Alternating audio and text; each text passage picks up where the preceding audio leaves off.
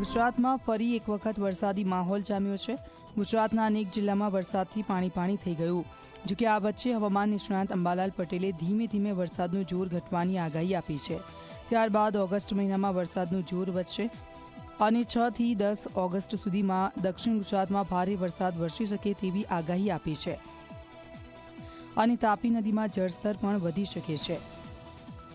18 થી 20 ઓગસ્ટ સુધીમાં વરસાદનું વધુ એક રાઉન્ડ આવશે।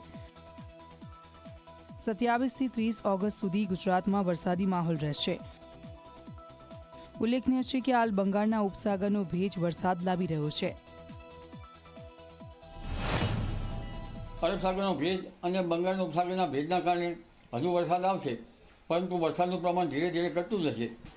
ગુજરાતના ભાગોમાં વરસાદ થવાની શક્યતા 6 થી 10 ઓગસ્ટમાં રહેશે। તારીખ 6 થી 10 ઓગસ્ટમાં લગભગ જે વરસાદ થવાનો છે તેમાં દક્ષિણ ગુજરાતના ભાગોમાં ભારે વરસાદ થવાની શક્યતા રહેશે। તાપી નદીનું જળસ્તર પણ વધવાની શક્યતા રહેશે।